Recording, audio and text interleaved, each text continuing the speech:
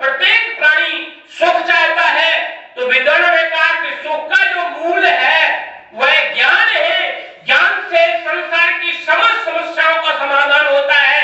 सुख का मूल ज्ञान है और ज्ञान का मूल वेद है और वेद का जो मूल है परमात्मा है और परमात्मा ही सत्य है जिसमें किसी प्रकार का लेस मात्र भी झूठ नहीं हो सकता, छल कपट रहित है। अर्थात कहने का आशय यह है कि हमारा जो धर्म है, जिसका जो बनाने वाला है, जो उसका फाउंडर है, जो उसका निर्माता है, वो परमात्मा है जो सत्य है। उसने सत्य सनातन धर्म को स्थापित किया। जो सत्य है अपने में सनातन है, उसने वही अपना संविधान दिया।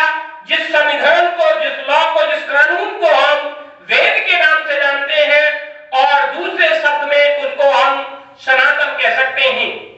सनातन के मायने होते हैं, तीन स्थिति होती है। एक होता है नवीनतम जो नया है, आधुनिक है, और एक होता है पुरातन जो पुराना है, चाहे वो 500 वर्ष पुराना है, चाहे 1000 वर्ष पुराना है, चाहे 1500 वर्ष पुराना है, चाहे 2000 वर्ष पुराना है।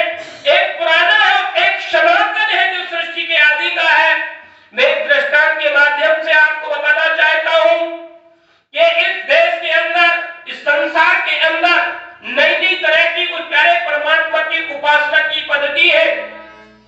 एक पद्धति में आप देखते हैं कि व्यक्ति मंदिर में है और घंटा घड़ियाल बजा रहा है और एक वो भजन कर रहा है, कीर्तन कर रहा है, हरे रामा हरे कृष्णा हरे रामा हरे कृष्णा।